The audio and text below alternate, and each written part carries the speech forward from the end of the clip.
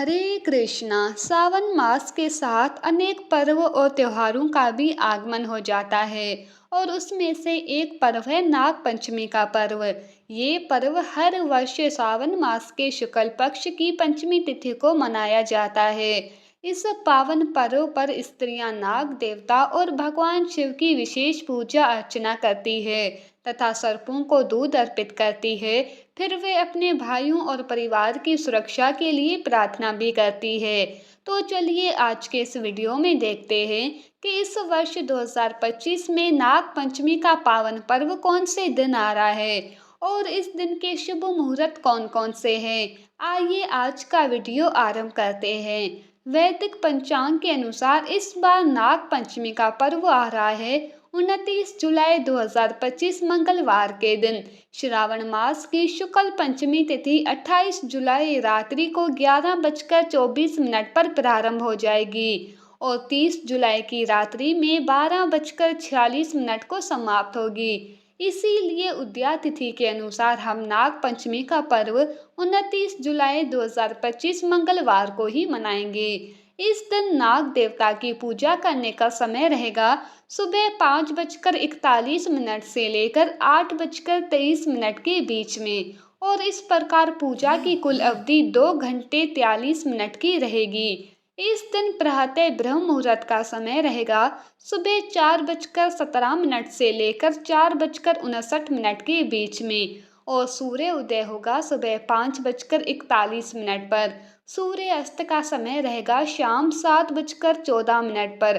प्रातः काल में अगर आप भगवान शिव की पूजा आराधना करना चाहते हैं तो ये समय रहेगा सुबह 4:38 से लेकर 5:41 तक। इस दिन अभिजीत मुहूर्त है दोपहर को 12 बजे से लेकर 12:55 तक और दोपहर 2:43 से लेकर 3:37 तक विजय मुहूर्त रहेगा। इसके साथ साथ इस दिन रवि योग भी बन रहा है जो कि शाम को 7:27 से शुरू हो जाएगा और अगले दिन सुबह 5:41 तक रहेगा। तो इस प्रकार इस दिन के जितने भी शुभ मुहूर्त हैं उसके अंदर आप भगवान शिव की पूजा आराधना कर सकते हैं, नाग देवता की पूजा कर सकते हैं। इसमें से किसी भी शुभ समय पर आप धार्मिक अनुष्ठान कर सकते हैं। शिव मंदिर में जाकर या फिर अपने घर पर भी रुद्राभिषेक कर सकते हैं। नाग देवता भगवान शिव के गण हैं और इसीलिए इस दिन नाग देवता की विशेष रूप से पूजा की जाती है। इससे भगवान शिव भी प्रसन्न होते हैं और उनकी विशेष कृपा भक्तों पर बनी रहती है। ऐसा कहा जाता है कि इस दिन विधि विधान पूर्वक नाग देवता की अगर पूजा की जाए तो व्यक्ति अपनी 7 पीढ़ियों को सर्प दंश के भय से मुक्त करा सकता है और स्वयं भगवान शिव उनकी रक्षा करते हैं। चलिए अब देखते हैं कि नाग पंचमी का पर्व कैसे मनाया जाता है। सामान्य रूप से इस दिन नाग पंचमी का व्रत रखा जाता है।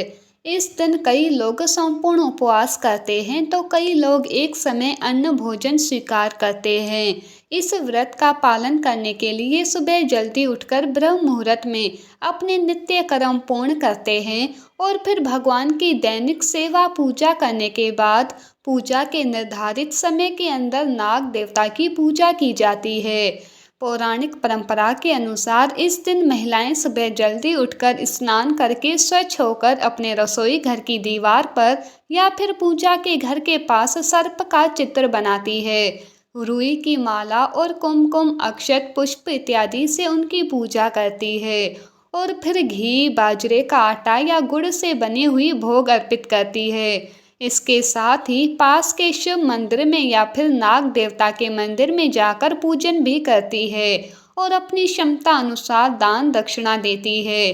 कई लोग अगर उनके घर में नाग देवता के विग्रह होते हैं तो उनका पंचामृत से अभिषेक भी करवाते हैं और इस अभिषेक में दूध दही घी मधु और शर्करा का प्रयोग किया जाता है। उसके बाद उन्हें चंदन पुष्प सुगंधित द्रव्य अर्पित किए जाते हैं और इस प्रकार वस्त्र सौभाग्य सूत्र चंदन हरिद्रा चूर्ण कुमकुम सिंदूर बेलपत्र आभूषण और पुष्पमाला अर्पित करने के बाद उन्हें नैवेद्य ऋतु के अनुसार फल तांबुल इत्यादि अर्पित करते हैं और फिर उनकी आरती और स्तुति की जाती है। अगर आप अपने घर पर नाग पंचमी की पूजा कर रहे हैं, तो पूजा करने के बाद अंत में आप इस श्लोक का उच्चारण कर सकते हैं। इस संसार में आकाश, स्वर्ग, झीलें, कुएं, तालाब और सूर्य किरणों में निवास करने वाले सभी सर्प हमें आशीर्वाद दें। हम सभी आपको बारंबार नमस्कार करते हैं और इस प्रकार इसका उच्चारण करके आप नाग देवता से अपने और अपने परिवार की सुख, शांति और समृद्धि के लिए प्रार्थना कर सकते हैं। ऐसा कहा जाता है कि अगर किसी को काल सर्प दोष है तो उन्हें इस दिन विशेषकर नाग देवता की पूजा करनी चाहिए। काल सर्प दोष की शांति के लिए भगवान शिव की पूजा का भी विधान है और इसके साथ ही इस दिन सुयोग्य व्यक्ति को अन्न, वस्त्र या धन का दान करने से भी शुभ फल की प्राप्ति होती है। और जैसा कि आप सब जानते हैं, परम भगवान श्री कृष्ण के बड़े भाई यानी कि बलराम जी भी अनंत शेष का अवतार है। इसीलिए नाग पंचमी के दिन आप बलराम जी की पूजा अर्चना भी कर सकते हैं, उन्हें प्रणाम और प्रार्थना भी कर सकते हैं और उन्हें ये विशेषकर प्रार्थना कर सकते हैं कि वह आपकी भक्ति की रक्षा करें। और अगर आप भगवान शिव की भक्ति प्राप्त करना चाहते हैं, तो इस दिन आप विशेषकर वासुकी नाग से प्रार्थना कर सकते हैं, क्योंकि वह भी भगवान शिव के पार्षद है। तो इस प्रकार हम देख सकते हैं कि नाग पंचमी का पर्व हमारी वैदिक परंपरा में अत्यंत मूलभूत और महत्वपूर्ण पर्व है। क्या आप इस नाग पंचमी का पर्व अपनी स्थानिक परंपरा के अनुसार मनाते हैं? ये हमें नीचे कमेंट बॉक्स में लिखकर ज़रूर बताइएगा। और ऐसे ही प्रमाणभूत सुंदर कथाओं और व्रतों के विषय में प्रामाणिक जानकारी प्राप्त करने के लिए आपके अपने चैनल MK स्टोरीज पर बार बार आते रहिएगा। हरे कृष्णा।